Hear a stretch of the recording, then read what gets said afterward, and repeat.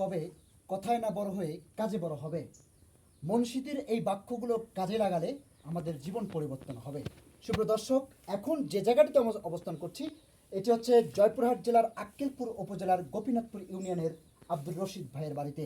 আব্দুর রশিদ ভাই তাঁত শিল্পের যে প্রাচীনকালের ঐতিহ্য, এই ঐতিহ্যকে ধরে রাখতে তিনি এখানেই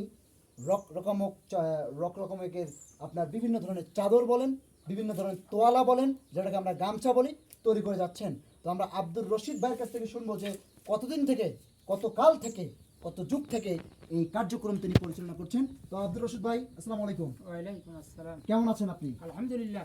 আচ্ছা, কত সাল থেকে এই তাঁত শিল্পের ঐতিহ্য বা প্রাচীন ঐতিহ্য আপনি কার্যক্রম চালান? আমার দাদা করছিল, তারপরে আমার আব্বা করছে, তারপরে আমি ধরেন প্রায় 40 বছর আমি করতেছি। 40 বছর? 40 বছর। প্রায় 40 বছর থেকেই এই আব্দুর রশিদ ভাই তার এই তাঁত শিল্পের যে কার্যক্রম চলমান রেখেছেন।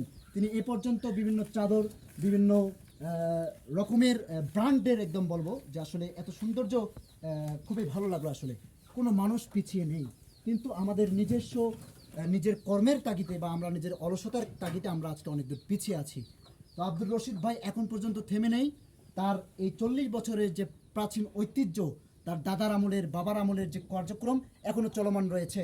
তো আমরা তার মেশিন স্টার্ট হবে এখন, আমরা একটু তার যে এখন চাদর তৈরি হচ্ছে, চাদর তৈরি করাটা দেখবো। স্টার্ট করেন।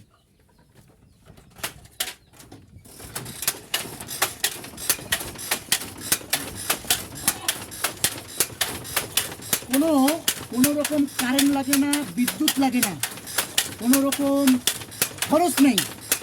কায়িক শ্রমের মাধ্যমে এখানে তৈরি হচ্ছে।